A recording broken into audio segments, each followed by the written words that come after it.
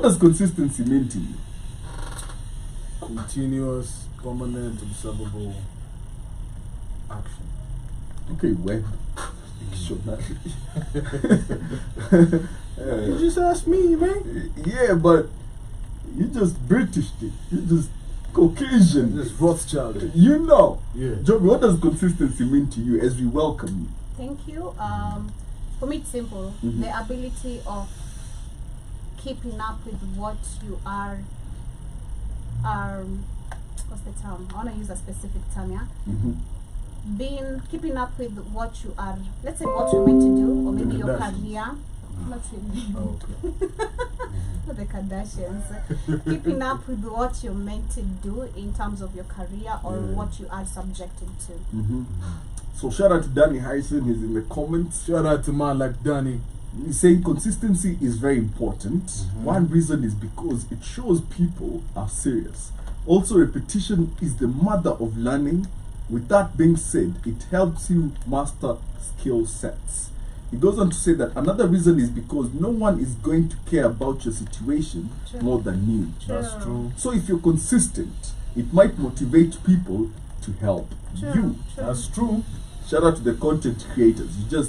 Danny Harrison just basically gave you all a map, Blueprint. a blueprint Shout out to to man like success. Harrison. You know.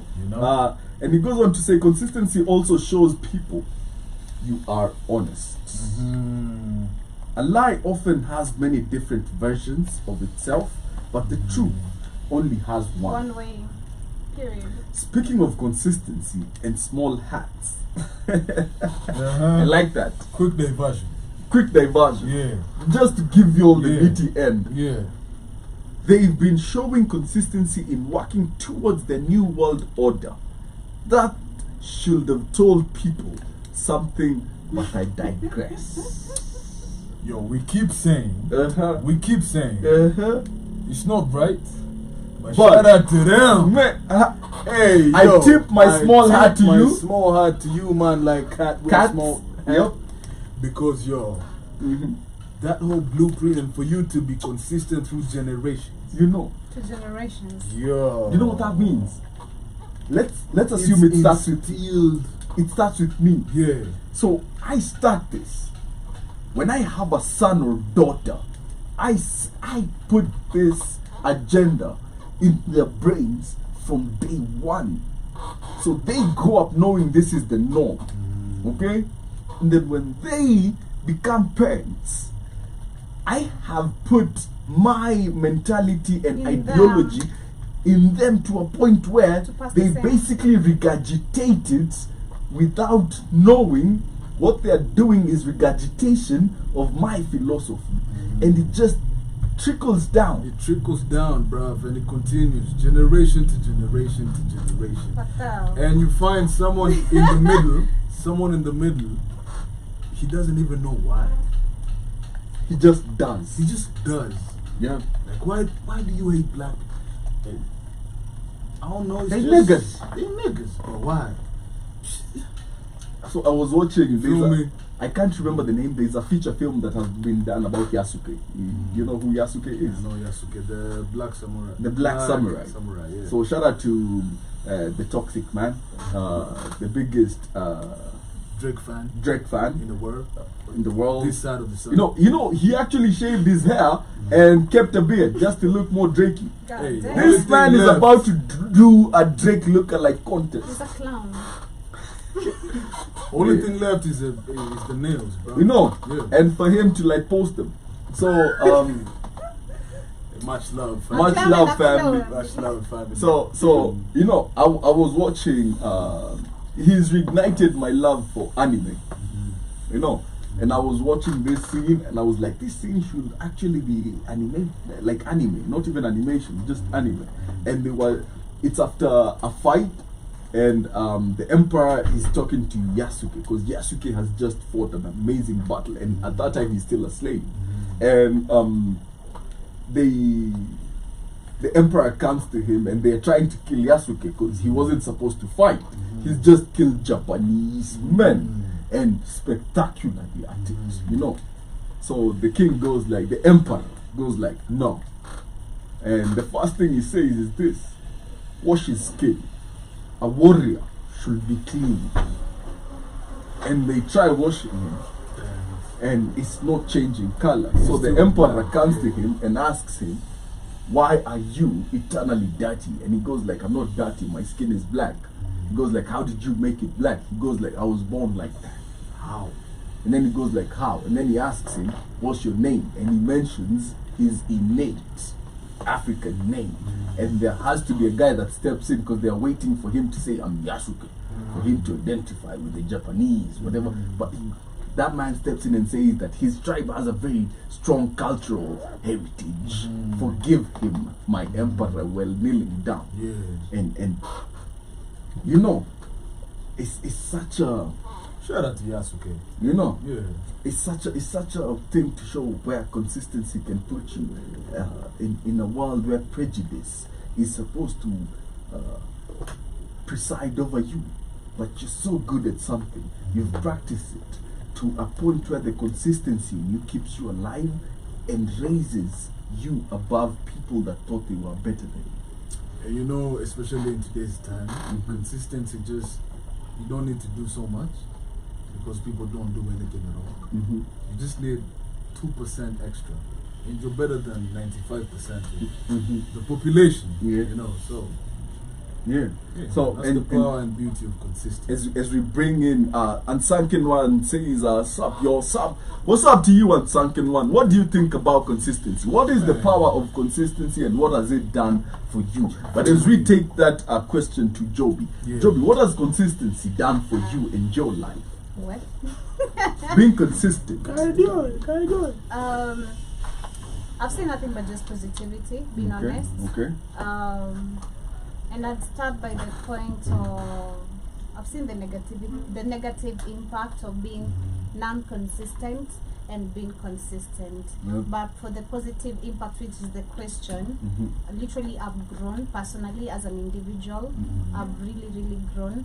If I'm to look at some period back and who I am today, I'm really proud of myself of, you know, being able to, those days you don't want to wake up. You know, sleep is too good, party is too good. You're like, I wish tomorrow was not work. I wish I had more time to do this.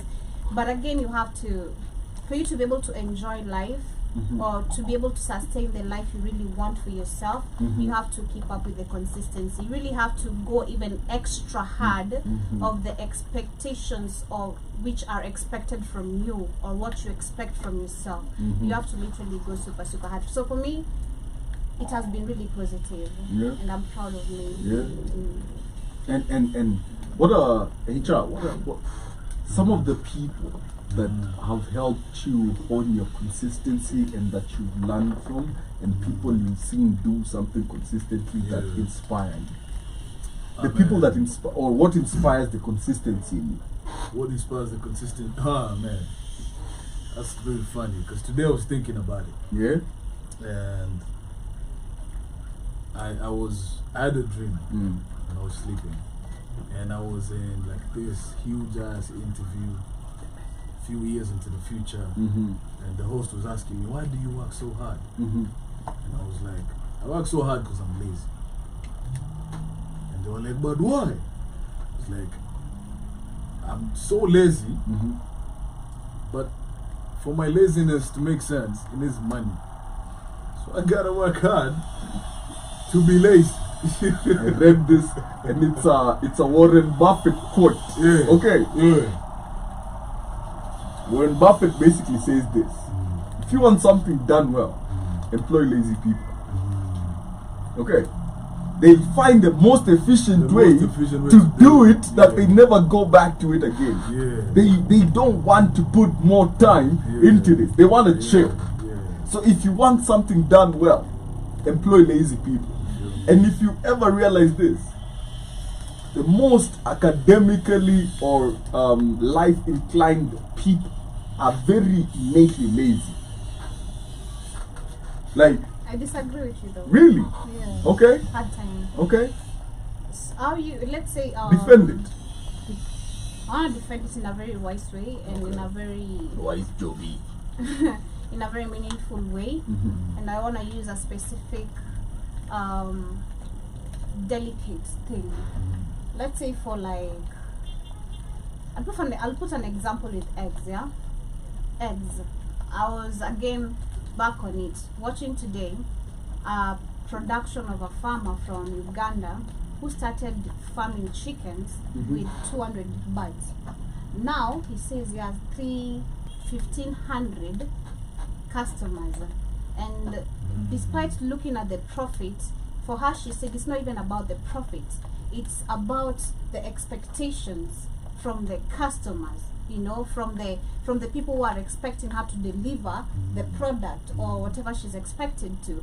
And I picked it very hard from that. So if I'm lazy, if you say that, you know, I have to work hard because I know me working hard is gonna pay off my laziness for me to be able to be lazy. You're gonna get to a point where you're lazy enough, then all the money is gonna be. Are you securing your income? No, what he's saying is, when you find the efficiency in laziness. I understood the point. Okay, yeah. And I also picked up yours. When you understand, so let me with your example. Imagine if Because this, I'm imagine giving if example this with eggs, farmer. because Yes, eggs do what? we're talking Even eggs. milk. We're talking eggs. Fresh milk. We're talking eggs, right? You see, this farmer, if he came up with a way to automatically feed these chickens, automatically collect eggs, without him having without to- him being there. Listen, automatically clean the shed. Okay, that is laziness. But you know what that is? That is efficient laziness, where he puts in maximum effort once, and from then on he puts in minimum effort into whatever he's doing. Okay, so he's able to feed his chicken automatically. Where there's automatic chicken feeders, he's able to collect eggs automatically. Where there is automatic egg collectors with the belt and everything, they just, it lays and the egg just you get, and then you just have somebody putting them into crates and go. Try to get No, to that it's point stages. which It's you want. stages. Are you in a stage where you can be lazy? No. Or are you in a stage where you gotta work hard? I It's gotta about work. it's about positions in life. Where you are at a certain point as a human being can determine how you act upon certain things. Okay, you can be in a position where you can start a copyright farm or a scripting farm or just a farm or software